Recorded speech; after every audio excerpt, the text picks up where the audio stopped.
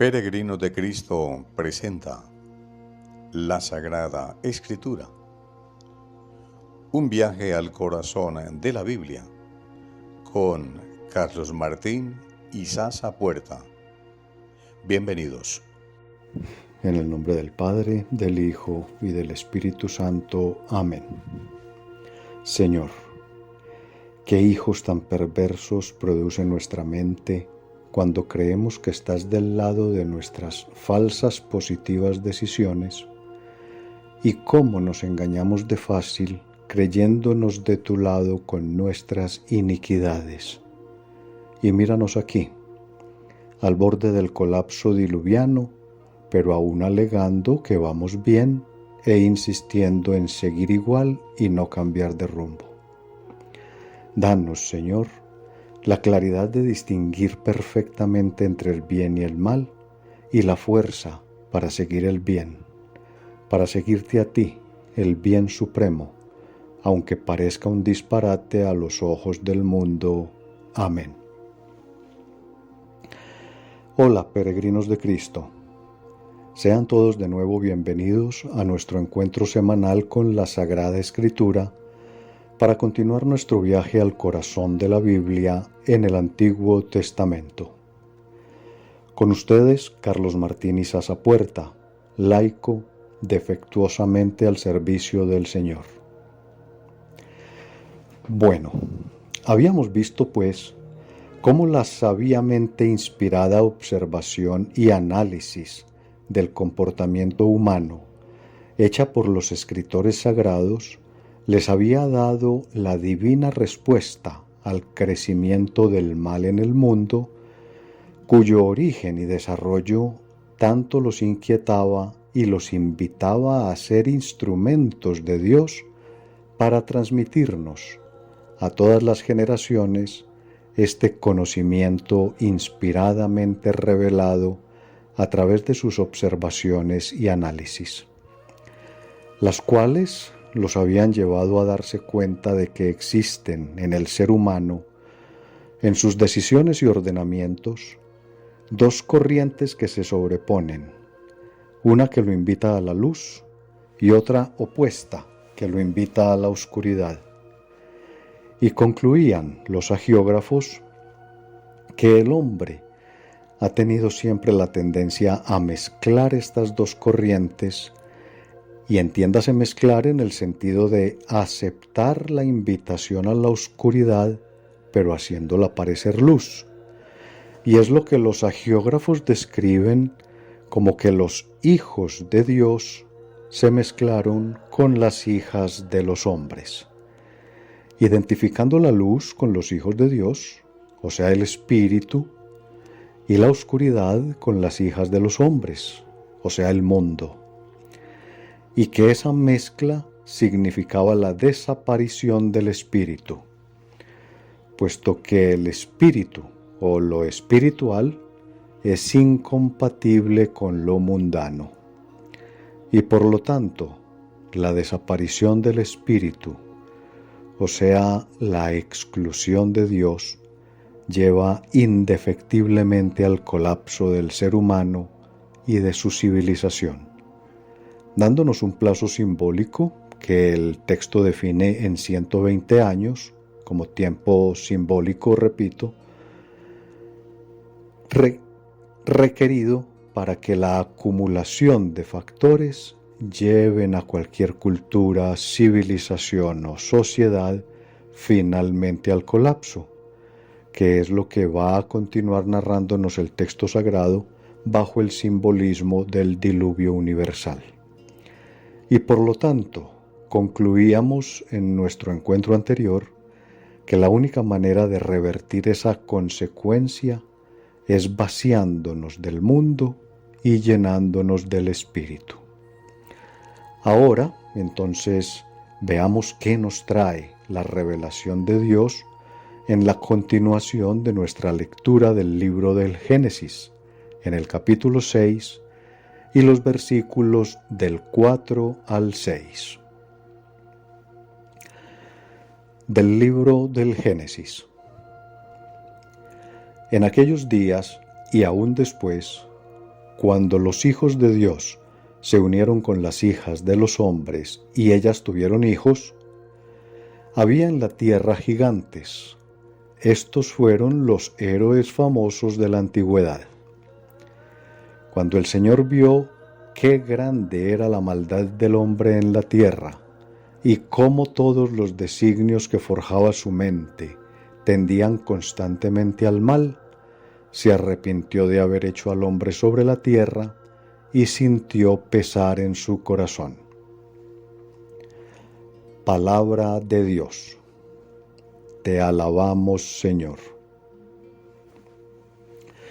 Bueno, ese versículo 4 que nos habla de la presencia de unos supuestos gigantes es definitivamente muy inquietante. Y empiezo entonces por recordar la gran dificultad en la interpretación de estos textos, de los cuales existen, por lo tanto, diversas interpretaciones, algunas de ellas fantasiosas e incluso ridículas. Y les recuerdo también que este relato sagrado fue vaciado por los hagiógrafos a través o valiéndose de una antigua epopeya sumeria, la epopeya de Gilgamesh, de aproximadamente 2500 años antes de Cristo. Y las epopeyas, como ya se los había dicho en un encuentro anterior, son narraciones heroicas donde no es sorprendente encontrar personajes como los gigantes. Y por eso nos dice el mismo versículo 4 que eran los famosos héroes de la antigüedad. La epopeya, con el heroísmo, es su tema fundamental. Entonces todo parece indicar que los escritores sagrados decidieron dejar estos gigantes originales de la epopeya para simbolizar con ellos a aquellos que se ponen por encima de los demás, denunciando así, muy seguramente, una gran desigualdad social, muy probablemente a causa de oprimir y empobrecer al pueblo, como en las familias reales, los dirigentes, autoridades y gobernantes, y sus grandes injusticias, por ejemplo, y que han sido siempre, hasta hoy, los instigadores de esa mezcla contaminada que ha pretendido siempre, y sigue pretendiendo hoy, revestir de bien las maquinaciones para aumentar su gigantismo económico, político, social. O sea, presentarse como hijos de Dios, pero haciendo las fechorías de los hijos de los hombres, como lo expresa el texto sagrado. Es decir, cuando el hombre opta por las cosas del mundo, o sea, por el mal, pero pretendiendo presentarlas como inspiradas por el Espíritu, o sea, por el bien, y así mostrarse entonces como buenos, buscando con ello ser cada vez más grandes, o sea, más gigantes, por supuesto pasando por encima de los demás, porque no existe ni ha existido nunca otra manera de hacerse gigante. Y por cierto, y antes de que lo olvide, porque esto refuerza este concepto, y es que la realeza, llámese rey, faraón, emperador, en fin, eran considerados, o mejor, se hacían considerar dioses o hijos de dioses, y exigían para sí culto de adoración como tales, como dioses. De manera que todo este lenguaje y escenario en el imaginario de aquella cultura, región y época son perfectamente normales, aunque obviamente para nosotros hoy es un poco inquietante, como lo mencioné más atrás.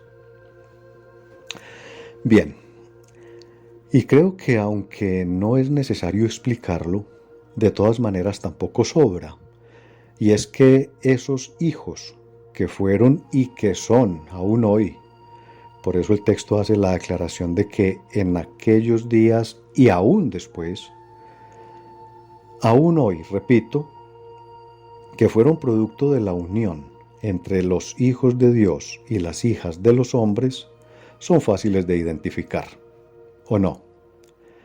¿Cuáles creen ustedes que podrían ser los hijos de esa unión contaminante? Pues los hijos de esa perversa unión son, obviamente, todo aquello que termina conduciendo al ser humano y su civilización a la división, al conflicto, al hambre, al caos, etcétera, etcétera. Es decir, a un colapso como el que nos mostrará el texto sagrado con el simbólico diluvio universal, y que hoy lo podemos llamar, ya no simbólicamente sino de forma real, guerras, genocidios, invasiones, migraciones, etc. Esos son los diluvios de hoy. Y los diluvios que nos faltan todavía. Y todos causados por esos hijos espurios de los hijos de Dios con las hijas de los hombres. Y esos hijos espurios son, por ejemplo, la deuda externa, el extractivismo, los leoninos TLCs, tratados de libre comercio, las bases militares extranjeras, la hegemonía política y económica mundial, como la doctrina Monroe o el destino manifiesto, etcétera, etcétera.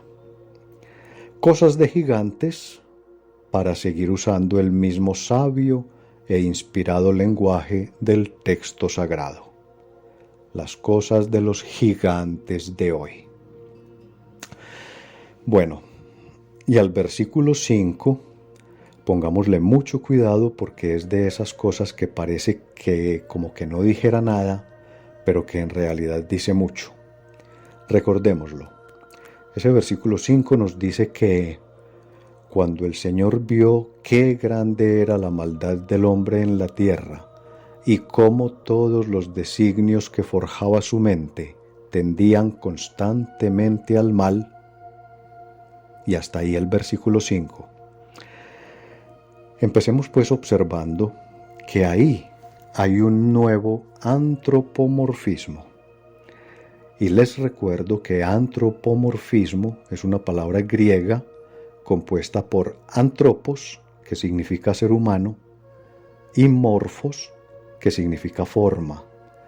Por lo tanto, antropomorfismo significa forma humana. Y eso es lo que están haciendo los escritores sagrados con Dios cuando dicen que el Señor vio. Pues le están atribuyendo a Dios forma humana. Pero no olvidemos que Dios es espíritu, entonces Él no tiene ojos para ver.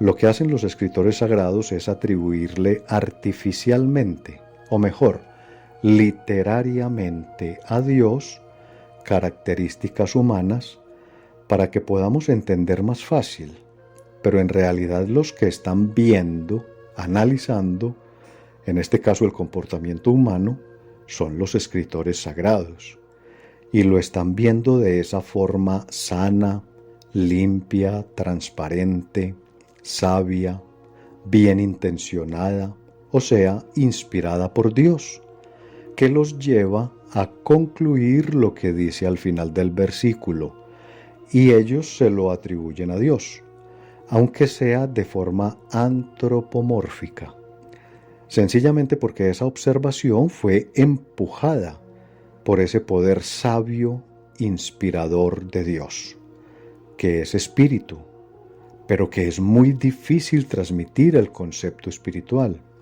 Si es difícil hoy, aún nos da muchísima lidia comprender a cabalidad esa dimensión espiritual hoy por hoy. Entonces imagínense ustedes cómo sería de difícil hace 4.500 años. Entonces, pues será necesario recurrir a esta figura de los antropomorfismos.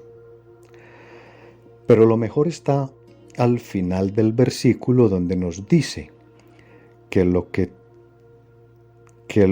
todo lo que forjaba su mente, qué interesante, pues ahí nos dejan bien claro los escritores sagrados que no era un tema sexual, como lo dije desde el principio cuando habla de la unión entre los hijos de Dios con las hijas de los hombres, pues no era una unión sexual, sino que se refiere a las decisiones tomadas por nosotros los seres humanos.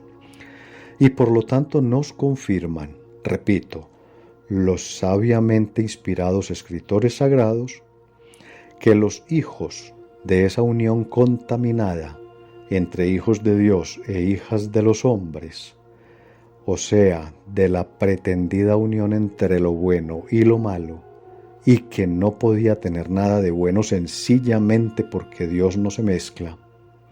O sea, lo bueno es bueno y no se puede diluir. No se diluye con nada.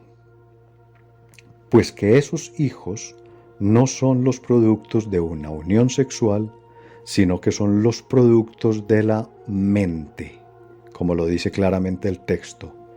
O sea, ideas, porque ese es el producto de la mente. Y en este caso, ideas perversas. Y habla tanto de ideas individuales de cada persona como de ideas comunitarias, ideas para todos. Y tanto que hemos pretendido y que seguimos pretendiendo siempre hacer ver como si fueran buenas. Perfumarlas, maquillarlas, discursiarlas. Eso es lo que significa pretender mezclarlas con el bien, que ya dijimos y sabemos que el bien, Dios, es inmezclable, indiluible, y por lo tanto no son ni pueden ser buenas esas ideas o hijos. Y es lo que ha sucedido con nosotros, los seres humanos, a lo largo de toda la historia. Hoy sí que es cierto, y que fue lo que sabiamente se les concedió observar y analizar a aquellos inspirados e inquietos escritores de la antigüedad, y que hoy estamos estudiando, dándonos cuenta de que es exactamente lo mismo que estamos viendo hoy por hoy, porque en esa materia no hemos avanzado nada. Al contrario, retrocedemos. De manera que esto bien podría haber sido escrito esta mañana, aunque hoy lo escribiríamos distinto en la forma, pero en la esencia este relato de hace 4500 años es lo mismo que vemos y padecemos hoy. Y finalmente el versículo 6 que dice: se arrepintió de haber hecho al hombre sobre la tierra y sintió pesar en su corazón. Es todo un espectáculo literario de antropopatía. Y si antropomorfismo es darle a Dios forma humana, antropopatía, que también es una palabra griega y está compuesta por antropos, que ya dijimos que significa ser humano, y patía o patos, que significa dolor o sufrimiento, y por lo tanto antropopatía es la atribución a Dios de emociones o pasiones exclusivamente humanas, que como ya también lo sabemos, Dios no tiene emociones porque Dios es espíritu y los espíritus no tienen corazón, como lo dice simbólicamente el texto. Los espíritus ni lloran ni se entristecen. Entonces lo que nos están transmitiendo aquí los escritores sagrados son los sentimientos, pero de ellos mismos, al darse cuenta, a través de esa sabiduría inspirada por Dios mediante la observación y el análisis del comportamiento humano, que hemos sido un perfecto y total desastre tomando las decisiones con las cuales hemos creído y seguimos creyendo que estamos construyendo el mundo, pero que en realidad lo estamos destruyendo. O sea, llevándolo hacia lo que ellos dentro de poco simbolizarán con el diluvio universal, Y es ese sentimiento de ellos el que le atribuyen a Dios mediante esa bella figura de la antropopatía que está tan hermosamente presente en el versículo 6. Entonces, con nuestros hijos, la división, el conflicto, la miseria, el hambre, el planeta destruido y la violencia con su sangre y lágrimas, gobernando el mundo y sin una luz de cambio a la vista, en esta oscuridad que los hijos de los hombres pretenden falsamente iluminar con fuegos fatuos, nosotros, los peregrinos de Cristo, nos encontraremos de nuevo aquí en una semana para seguir aprendiendo cómo revertir la situación y evitar el colapso, y para seguir descubriendo qué más misterios tiene Dios para revelarnos. Hasta entonces, peregrinos de Cristo, gloria al Padre, gloria al Hijo y gloria al Espíritu Santo.